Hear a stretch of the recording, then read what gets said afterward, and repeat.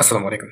আজকে একটা গুরুত্বপূর্ণ বিষয় নিয়ে আলোচনা করব। সেটি হচ্ছে সামারি রাইটিং। কিভাবে আমরা পোয়েমের বা পোয়েট্রির সামারি লিখতে পারি। এর কিছু টিপ অ্যান্ড ট্রিকস নিয়ে আজকে এই আলোচনাটা। তো এটা আসলে কিভাবে লিখতে হয়, এর রুলটা কি? এবং একই সাথে আপনাদেরকে দেখাবো যে সকল ধরনের পোয়েট্রি বা পোয়েমের সামারিটা কিভাবে লেখা হয় বা কিভাবে আমরা লিখতে পারি, তার একটা ইউনিভার্সাল স্ট্রাকচার দিয়ে দেব। যেটাকে শুধু তোমাকে মনে রাখতে হবে বা এখন সেটাকে তুমি নোট করে রাখবা যে একটা স্ট্রাকচার দিয়ে যাবতীয় যত হাজার, হাজার, লাখ, লাখ যত সামারি আছে, যত পোয়েট্রি আছে, সকল পোয়েট্রির সামারি আমরা কিভাবে লিখতে পারি। ঠিক আছে? তো আমরা ১ম এ সামারি দিয়ে শুরু করব। এটার বেসিক যে নিয়ম-কানুন সেগুলো নিয়ে শুরু করব। So, it always right in past tense. এই যে কবিতার ক্ষেত্রে সবকিছু পাস্ট টেন্স এ লেখা হয় যে কবি এই করেছিলেন, সেই করেছিলেন, এটা দ্বারা এই বুঝাইতে চাইছিলেন। কিন্তু ওই কথাগুলোর ভেতরে যেগুলো হচ্ছে ইউনিভার্সাল ট্রুথ কিংবা চিরন্তন সত্য কিংবা হ্যাবিচুয়াল ফ্যাক্ট বা যাই হোক না কেন, এই যে ফ্যাক্ট যে বিষয়গুলো, শুধুমাত্র এই বিষয়গুলাই প্রেজেন্ট ইনডিফিনিট টেন্সে হবে এবং বাকি সবকিছু সাধারণত পাস্ট টেন্সে হবে আমাদের পুরো সামারিটা। অ্যান্ড কি করতে হবে? সবথেকে মেইন থিং কি জানো? এটা হচ্ছে avoiding copying line from the poem directly. Poem থেকে সরাসরি লাইন কপি করা যাবে না। কিংবা এমনভাবেও কপি করা যাবে না যেটা মনে হয় যে একেবারে হুবহু মিল। আ তো আমরা আমাদের নিজেদের ভাষায় মানে এমন না যে নিজেদের মতো করে লিখব। কবি কি বোঝাইতে চাইছেন আমরা সামারিতে সেটা লিখব। ওকে, তো ১ম এ আমরা কি লিখতে পারি? Start with poet and title. আমরা পোয়েমের নামটা লিখতে পারি যে পোয়েমটা থাকে। যেমন the poem uh 'shall I compare to a summer's day' এরকম একটা টাইটেল হবে এবং বাই পোয়েটের নাম, এক্সপ্লোর দ্যাট আ এইভাবে আমরা পুরো কবিতাটার ব্যাখ্যা করতে পারি কিংবা পুরো কবিতাতে যে সেন্ট্রাল মেসেজটা আছে সেটা আমরা এখানে প্রোভাইড করতে পারি। তারপরে describe main point in logical order. আ আসল যে কথাগুলা কবিতার সেইগুলা কি করতে হবে? যৌক্তিকভাবে সাজিয়ে ক্রমান্বয়ে আমাদেরকে লিখতে হবে। অবশ্যই এই ভিডিও শেষে একটা উদাহরণ আছে। এই উদাহরণটা আ দেখলে এটা ক্লিয়ার হবে। End with conclusion or final thoughts.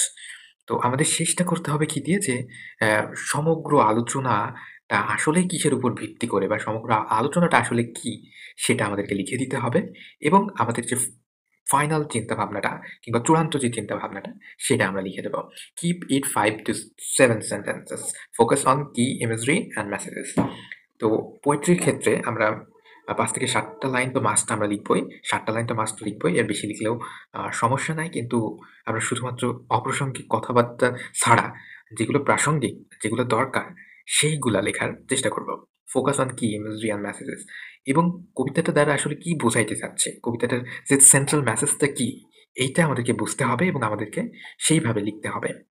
তো ঠিক আছে, এইটা হচ্ছে আমাদের আ স কোনো যেকোনো পোয়েট্রির আ সামারি লেখার একটা রুল। এইবার আমরা সেই ক্যাটেগরিটা দেখব যে সামারিটা আসলে কিভাবে লেখা যায়, কোন ক্যাটেগরিতে ফেলে লেখা যায়, সেটা আমরা একটু দেখে আসি।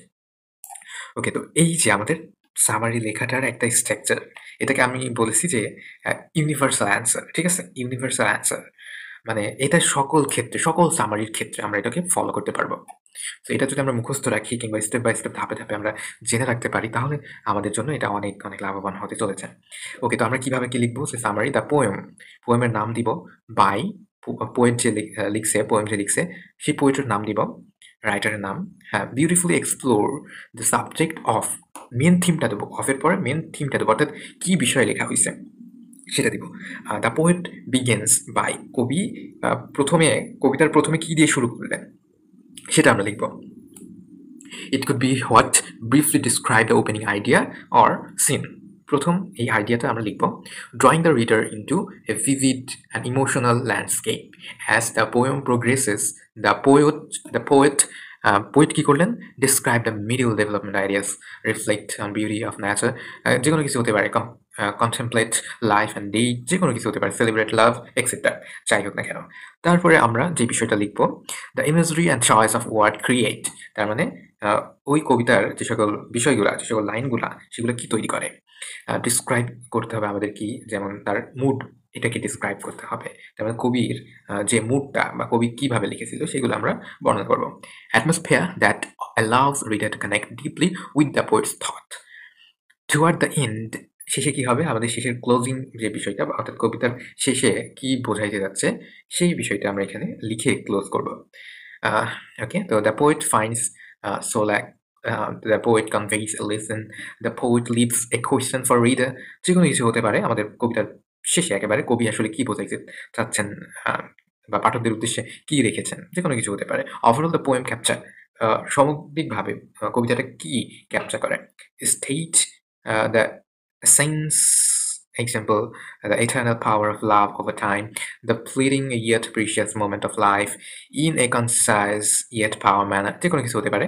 অর্থাৎ সমগ্র কবিতাটা দ্বারা কি বোঝাইতে যাচ্ছে সেটাকে আমরা যদি এক লাইনে বলতে পারি তাহলে সেটা আমাদের সবচেয়ে শেষের লাইনটা হবে। ঠিক আছে, এইবার আমরা রাখছি উদাহরণ। ঠিক আছে, আমাদের উদাহরণটা রাখছি।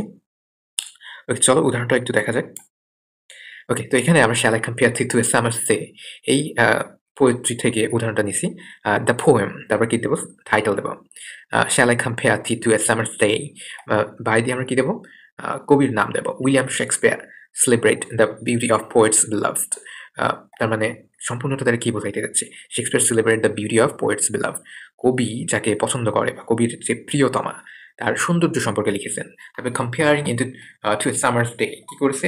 সামার্স ডে এর সাথে তুলনা করেছে।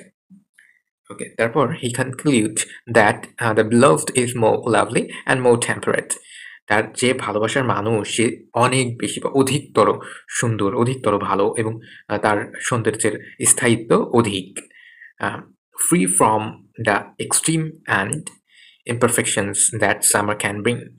While summer is short-lived and often affected by harsh wind or too much heat, the beloved beauty is constant and unfading. তার মানে যত যাই হয়ে যাক না কেন কিংবা সামার নাই থাকুক কেন, তার যে ভালোবাসার মানুষটা তার সৌন্দর্যের কোনো পরিবর্তন হবে না। The poet promises that this beauty will be immortalized in his verse, lasting as long as people can read. তিনি এটা বোঝাতে চাচ্ছেন যে তার এই যে কবিতাটা এটা সারা জীবন বা অনন্তকাল বেঁচে থাকবে। যতক্ষণ মানুষ পড়তে পারবে ততক্ষণ এই কবিতাটা মানুষের মধ্যে বেঁচে থাকবে। The poem ends with the idea that poetry can give eternal life to human beauty. পোয়েমটা শেষ হইছে কি দিয়ে? যে যেকোনো কবিতা মানুষের যে সৌন্দর্য বা মানুষের যে অস্তিত্ব এটাকে ধরে রাখতে পারে। ওকে, তো আমরা সামারি কিভাবে লিখতে হয় সেটা নিয়ে আমরা আলোচনা করলাম। সামারির একটা ইউনিভার্সাল ফরম্যাট তোমাদেরকে দিলাম। আশা করি ভালো লাগবে, কিংবা যদি কোনো মডিফায়ার দরকার হয় তাহলে অবশ্যই কমেন্ট করে জানাবা।